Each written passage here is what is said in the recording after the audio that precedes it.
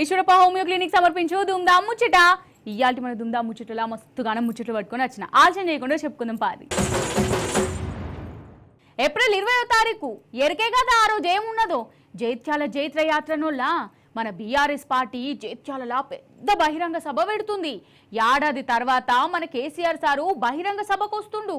Sir సభ పెడితే ఎట్లుంటుందో మీ అందరికి ఎరుకున్నదేనాయే. సారును చూసేతందుకు సార్ మాటలు దగ్గర నుంచి వినేతందుకు లక్షల మంది వస్తారు. ఇప్పుడు ఏడ చూసినా జైత్యాల గురించే మాట్లాడుకుంటుర్రు. పార్రి మనం కూడా ఆడికి పోయి ఆ సభ సంగతులేందో ఆర్చుకుందాం. ఇప్పుడు ఎవరి నోటిన్నా జైత్యాల సభ గురించే మాట్లాడుకుంటుర్రోలా. పాత కరీంనగరమే కాదు, చుట్టుముట్టు జిల్లాల జనాలు కూడా సోమవారం జైత్యాల తొవ్వ పట్టేందుకు తయారైతుర్రు. జీవన్ రెడ్డి సారు బీఆర్ఎస్ లో షరీక్ అవుతుండు కదా, మన కేసీఆర్ సార్ కండువా కప్పి పార్టీలకు తీసుకుంటాడు. ఇక ఈయనే పెద్ద బహిరంగ సభ ఉంటది. కేసీఆర్ సభ అంటే మామూలుగా ఉంటదా? లక్షల మందితోని మైదాన్ కిటకిటలాడుతుంటది. వాళ్ళను ఎవరు దోల్క రావాల్సిన పని లేదు. వాళ్లకు వాళ్ళే బండ్లు కట్టుకుని కార్లు వ్యాన్లు మాట్లాడుకొని సొంత కిరాయిలు పెట్టుకుని మరీ వస్తారు. అసొంటిది ఏడాది తర్వాత కేసీఆర్ సార్ సభ పెట్టే ఇంకెట్లుండాలి? అంతా ధూమ్ధామే కదా.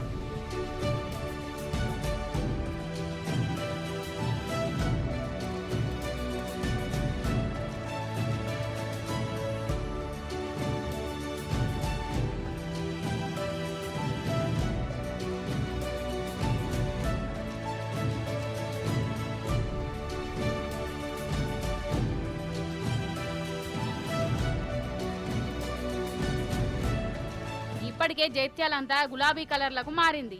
ఏర్పాట్లు గీర్పాట్లు దగ్గరికి వచ్చినాయి. ఇగో గీ మైదాన్లనే బహిరంగ సభ నడుస్తుంది. మన కేటీఆర్ సారున్నా హరీష్ అన్న ఈ ఏర్పాట్లు అవి ఎట్లా నడుస్తున్నాయో అరుచుకునేందుకు వచ్చిర్రు. వీళ్ళు వచ్చిరని ఎరకవుడుతోనే జైత్యాలంతా జై తెలంగాణ మాటలతోని మారుమోగిపోయింది. నిజం చెప్తున్నా, ఈ జగిత్యాల బహిరంగ సభతోని కాంగ్రెస్ కు వణుకు ఊడుతుంది కావచ్చుల్లా. అసలు వాళ్లే ఎక్కువ ఆలోచన చేస్తుర్రు. అందుకే ఈ సభను పేల్ చేసేటందుకు మన సర్కార్ ఏవేవో ప్లాన్లు ఎత్తాందట జనం ముంగట. అందున కేసీఆర్ సార్ సభకు గవి నడతాయా? వాళ్ళ పప్పులు ఉడుకుతాయా? 600 లక్షల మందితోని కాంగ్రెస్ కు బుద్ధి చెప్పుడే కావాలి అన్నట్టున్నది జైత్యాలలు ఇప్పుడు.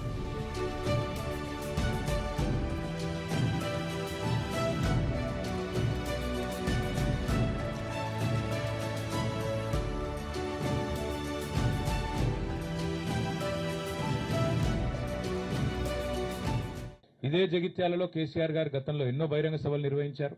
ఈ సభ కూడా అద్భుతంగా విజయవంతం అవుతుంది.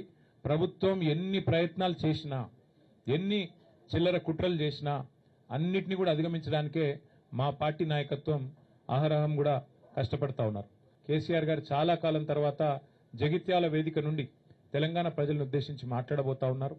ఆయన ఏం మాట్లాడతారో వినాలని చెప్పి తెలంగాణ రైతులు, తెలంగాణ ఆడబిడ్డలు, తెలంగాణలోని మా విద్యార్థి తమ్ముళ్ళు, మా యువకులు, అట్లాగే పెద్ద మనుషులు అందరూ ఎదురు చూస్తూ ఉన్నారు.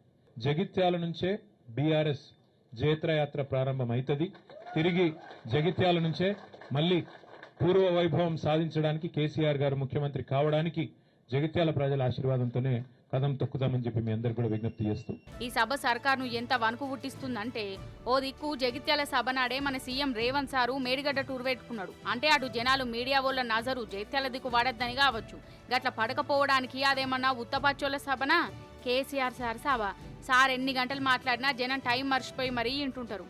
టీవీలోకి నచ్చకున్నా వాళ్ళు సూయించక తప్పది. అట్లుంటది మరి కేసీఆర్ సార్ సభ అంటే.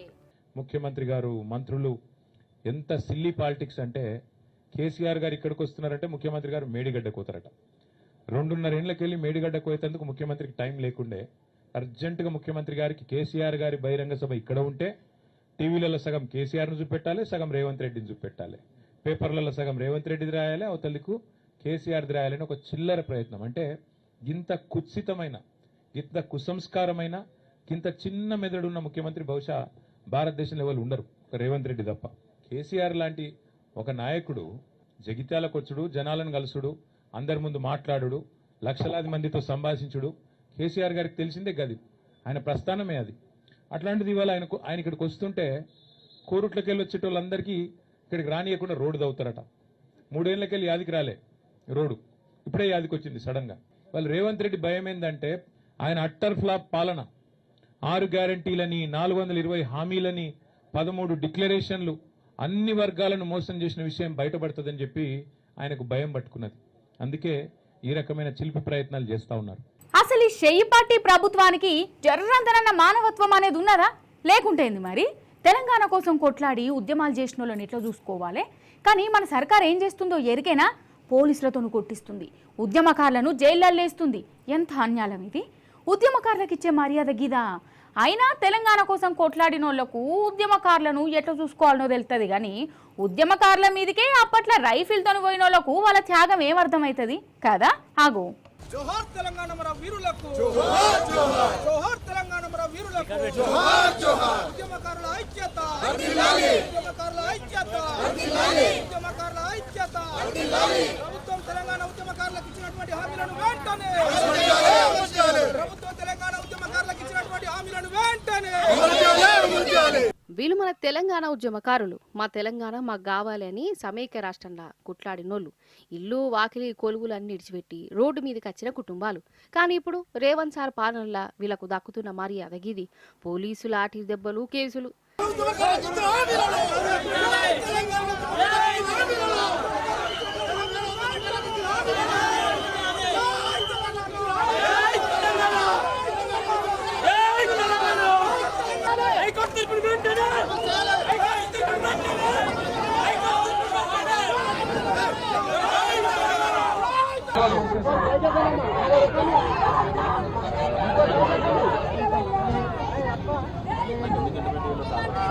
రేవంత్ సారు ఎలక్షన్ల ముందు ఎన్నో ముచ్చట్లు చెప్పే కదా, ఇక తెలంగాణ ఉద్యమకారులను కడుపులో పెట్టుకొని చూసుకుంటాం, 250 గజాల ఇంటి జాగ ఇస్తాం, నెల పింఛన్ ఇప్పిస్తాం, మాకే ఓట్లేయురని చెప్పిండు. చెయ్యి పార్టీ గెలిచింది, రేవంత్ సారు ముఖ్యమంత్రి అయిండు, 2.5 ఏళ్ళు దాటింది. ఏవి సారు అప్పుడు చెప్పిన ముచ్చట్లు జాగాంటివి పింఛన్ లాంటివి ఏమైనా అడిగిన పాప సంతకం పెట్టురని అడిగిండట. కానీ మేడం గారేమో అసలు నువ్వు ఇచ్చిన దరఖాస్తు యాడున్నదో యాదికత్తలేదో అసలు నువ్వు ఇచ్చినవా అని అన్నదట. ఇట్లంటే ఏమనిపిస్తుందోలా? ఏడాది కిందటి ఇచ్చిన దరఖాస్తు యాడున్నదో యాదికి లేదు అని ఇప్పుడు చెప్తుంటే ఇక ఈయనకు కోపం వచ్చింది. కానీ ఈయన కోపం చేయలే, డైరెక్ట్ ఒక మూటల బాదం పట్టుకొచ్చి మేడం బల్ల మీద గుమ్మరించిండు. ఇగో మేడం, ఈ బాదం తిని జ్ఞాపక శక్తిని పెంచుకో, నా పైలు ఏడబెట్టిరో యాదికి తెచ్చుకోరు అని అన్నాడు. అసలు ఏమని నిరసన చేసిండు అనుల్లా? తిట్టలే, కోపం చేయలే, కయ్య మొత్తుకోలే, ఖాళీ బాదం కాయలతోని ఈ సర్కార్ ఆఫీసుకు బుద్ధి చెప్పిండు.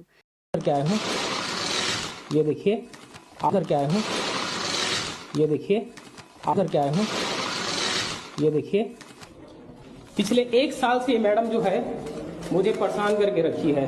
मेरा फाइल इनको बिल्कुल मिल नहीं रहा है, कहाँ रखी इनको याद नहीं है। चक्कर लगा लगा के थक गया मैं इसे ऑफिस का।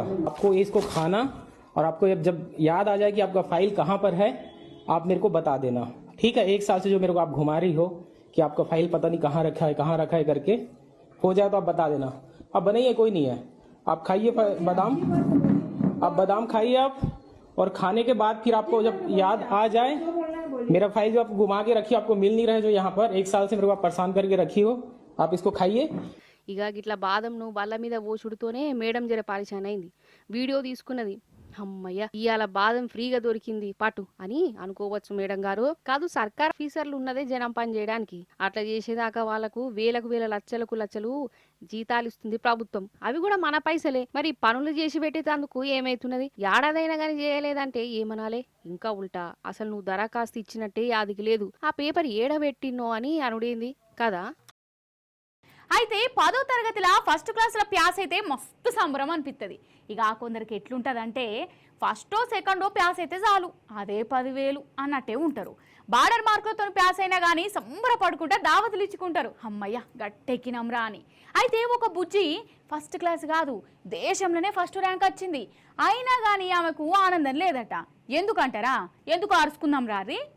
అయితే సంటర్ బల్లల్లా 10వ తరగతి రిజల్ట్లు వచ్చినాయోళ్ళ గదే సిబిఎస్ఈ చదువులు అంటారు కదా, గవన్నట్టు చాలా మంది ప్యాస్ అయ్యారు. మంచి మార్కులు తెచ్చుకున్న ఇండ్లల్లా స్వీట్ ముక్కలు వంచుకునుడు, అలై బలై తీసుకునుడు, గిట్లా సంబరాలు చేసుకున్నారు. ఇగో గీ బుజ్జికి 499 మార్కులు వచ్చినాయట. వాళ్ళ ఇంట్లో బ్యాండు బాజాలతోని ఊరేగింపు చేసుకుంటూ సంబరపడ్డారు.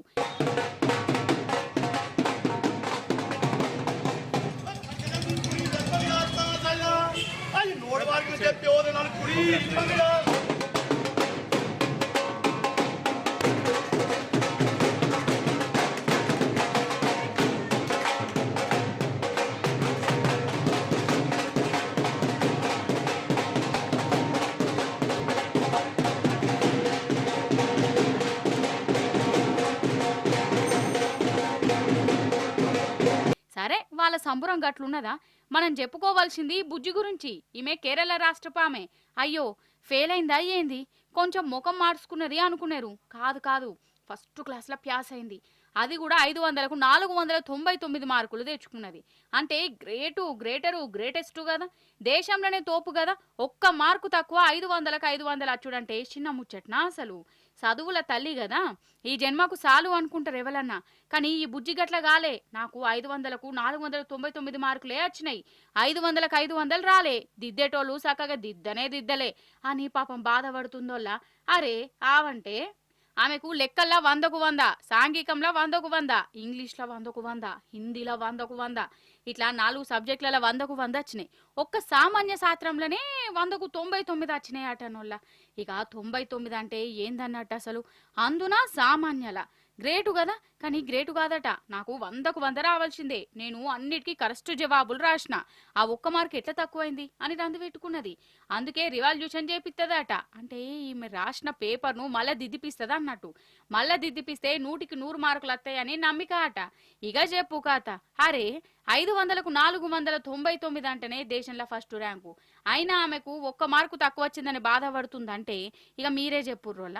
సరే ఆ ఒక్క మార్కు కోసం పోరాడుతా అంటుంది, మంచిదే ఆమె పోరాటం. అగర్సే ఈ రివాల్యూషన్ల పుసుక్కన 5 మార్కులో 10 మార్కులో తగ్గినాయే అనుకో, అప్పుడు ఎట్లుంటది కావచ్చు పరిస్థితి? వామ్మో ఆయన గట్ల కాదులేరు. బుజ్జి నమ్మకం చూస్తేనే అర్థమైతలేదా?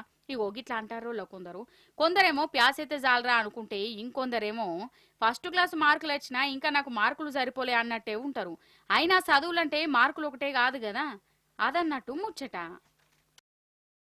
అసలే ఎండాకాలం ఎట్లా ఉడకపోస్తుందోలా, కూలరు ప్యాను లేకుంటే 5 నిమిషాలన్నా ఉంటామా అసలు కదా? అయితే ముచ్చటేందంటే కొందరు విమానం ప్రయాణం చేస్తుర్రు. అయితే ఏంది చెయ్యొద్దా అనేరు? చెయ్యొచ్చు, కానీ ఈ విమానం ఎక్కవన్నట్టే అయింది వాళ్ళకు. ఏందో అరుచుకుందాం పారి. ఆహా ఇటు చూడుర్రి, ఉడకపోతుంటే పేపర్లతో ఉప్పుకుంటుర్రు. ఇదేదో ఏసీ లేని ఊర్లలో ఉండే సినిమా టాకీస్ కావచ్చని అనుకునేరు. ఆయంత కాదు, విమానమే, ఇండిగో విమానం. మన శంషాబాద్ నుంచి కొచ్చికి పోవాలి. ఇది అందరు ఎక్కి కూర్చున్నారు. టాకీస్లా కదా సినిమా నడుతుంటే ఏసీ బంద్ అయినట్టు ఈ ఇండిగో విమానంలో ఏసీ బంద్ అయిపోయింది. అసలే ఎండాకాలం, ఇక ప్యాసింజర్ల అవస్థ చూడాలి. ఇక ఈ విమానంలోనే ఉండే ఎయిర్ హోస్టెస్లకు కూడా పెద్ద పని పడ్డది. వీళ్ళు కూడా పేపర్లు తీసుకొని ప్యాసింజర్లకు గాలిని అందించిర్రు. ఆగో పాపం, ఆఖరికి ఎయిర్ హోస్టెస్లు విసనకర్రలు ఊపే పని పెట్టుకోవాల్సి వచ్చింది. మా గొప్ప ఈ ఇండిగో విమానం.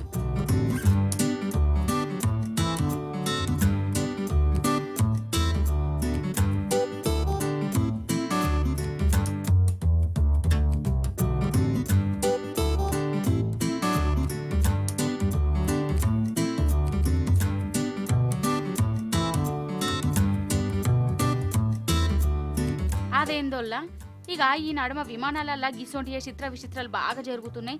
మొన్నటికి మొన్న ఢిల్లీ ఎయిర్పోర్ట్లా మన హైదరాబాద్కి వచ్చే విమానాన్ని ఇంకో విమానం గుద్దింది. దాని రెక్కలు ఇరిగిపోయినాయి.